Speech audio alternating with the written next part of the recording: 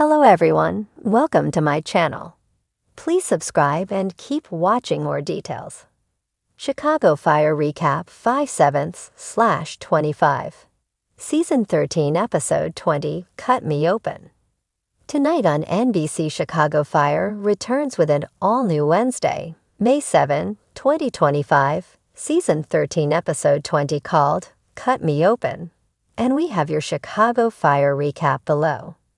In tonight's Chicago Fire Season 13, Episode 20, as per the NBC synopsis.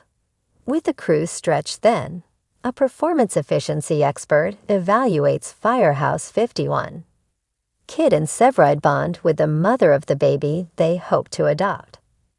Tonight's Chicago Fire Season 13, Episode 20 looks like it is going to be great, and you won't want to miss it. While you're waiting for our recap, check out all our Chicago Fire recaps, news, spoilers, and more right here. Tonight's Chicago Fire begins now. Refresh page often to get the most current updates. On tonight's Chicago Fire episode, Natalie has stopped by the fire station. Kid hadn't been there at the time. Her husband was there and he talked to Natalie. Natalie once survived a house fire thanks to Kid. Kid rescued Natalie's whole family. The fire was ruled accidentally back then, and Natalie was coming forward to say something different now. She was starting to remember what happened during the fire. Her memories were telling her that her sister intentionally set the fire, and she doesn't know how to prove it. She could, however, show that there was nothing wrong with her memory. Natalie dropped off an old photo for Kid, and Kid remembered it. It was the photo that Natalie was holding on to when Kid carried her out of the building. Natalie remembered more than people give her credit for. She gave the photo to Kid so that someone would finally believe her. Only Severide looked into the fire. He knew the arson investigator that worked the scene. He was a great guy and an even better fire investigator. He ruled the fire as accidentally. Severide believed him. He also did due diligence, and he looked through the file.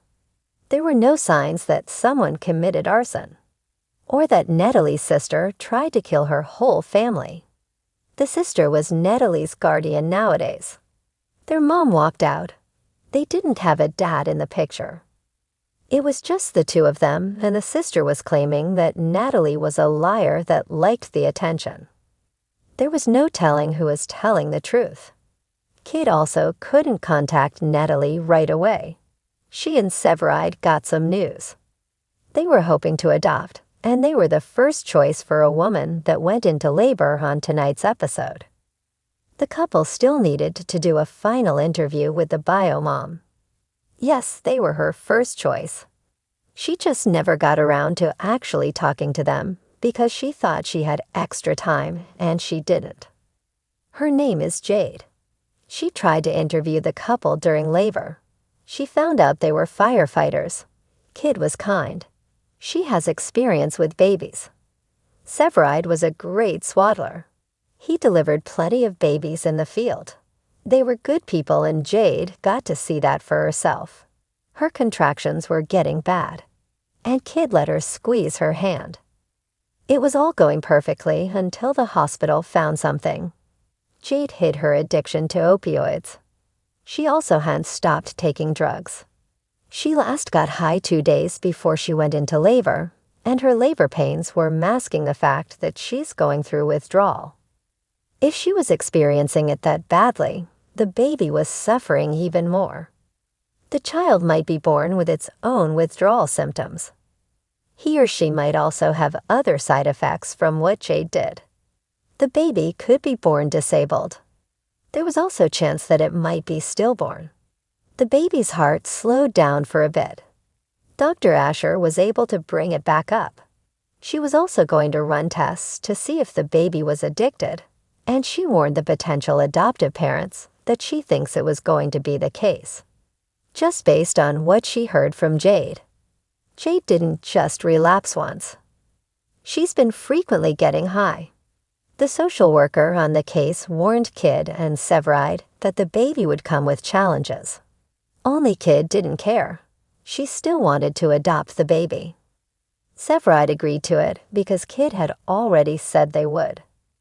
The two talked afterwards. Severide doesn't have a problem raising a special needs child. He was more upset that Kid was making decisions without discussing them with him first. He can handle challenging surprises with grace. He's proven that many times, and so Kid apologized for jumping in, but they both agreed that they were on board with the baby. Jade started experiencing blood loss. She needed to be rushed into surgery for an emergency C-section. She asked if Kid could come with her, and Dr. Asher allowed it because Jade was scared. He can handle challenging surprises with grace. He's proven that many times, and so Kid apologized for jumping in, but they both agreed that they were on board with the baby. Jade started experiencing blood loss. She needed to be rushed into surgery for an emergency C-section. She asked if Kid could come with her, and Dr. Asher allowed it because Jade was scared. Jade was 19. She was struggling with drugs. She doesn't know what to do with her life. Kid understood her. Kid used to have the same problem at Jade's age, and so she told Jade about her experience earlier. She said what got her through it was knowing that something great awaited for her on the other side. The call came in just after noon. An apartment fire on the south side, possible entrapment. Engine 51, Squad 3, and Truck 81 were on scene within minutes. The sky thick with smoke, the building coughing flames from the third floor. Joe Cruz's boots hit the pavement hard as he leaped from Squad 3. The adrenaline kicked in fast, but something was different this time. It wasn't just a routine fire. It never was. But this one tugged at a part of him he didn't always show. He didn't have time to place the feeling. "Let's move, squad." Severide barked, eyes narrowed beneath his helmet, already scanning the structure for a route in. Inside, it was hell, smoke churning like a living thing, every floor creaking and groaning under the weight of fire. Cruz followed Severide and Tony into the hallway, axe in hand, his heart pounding in rhythm with a crackling around him. Third floor rear apartment, confirmed occupant. A firefighter from truck shouted over the radio. Cruz didn't wait. He charged ahead, the familiar burn in his lungs nothing compared to the fire inside his chest. He didn't know why this one felt personal, but it did. They found her huddled under a wet blanket near the window. Maybe 30, maybe younger, face streaked with soot, eyes wide and terrified. "Ma'am, you have to come with us now," Cruz said, reaching out. "I can't. My dog's under the bed. He's scared, please." Severide gave Cruz the look. "You got this." Cruz nodded, already on his knees, peering under the scorched bed frame. A pair of eyes glowed back, trembling. He could feel the heat pushing at him from every angle. "It's okay, buddy," Cruz murmured. "Come on, I got you." He reached under, pulling out a little mud, shaking like a leaf. He tucked the dog under his arm and rose fast. "Let's go," Severide yelled. They emerged from the apartment just as the ceiling above gave a low groan. The whole structure was on the verge of collapse. Cruz pushed forward, shielding the woman and her dog as debris rained down. A fiery plank crashed between him and the stairwell. Severide shouted, "Secondary exit." They ducked into another hallway, Cruz kicking down a service door that led to an old fire escape. He half-carried the woman, still clutching her dog, down 3 flights of twisted metal, not stopping until they hit the asphalt. Back outside, paramedics took over. The woman grabbed Cruz's hand as she was loaded into the ambulance. "You didn't have to go back for him," she whispered, "but you did." Cruz smiled, sweat mixing with soot on his face. "Of course I did." He didn't say it, but he was thinking of Otis. He always was. Back at 51, the team was subdued, exhausted.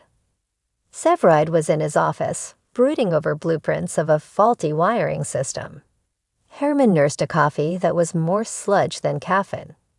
Cruz stood alone in the locker room, peeling off his turnout gear.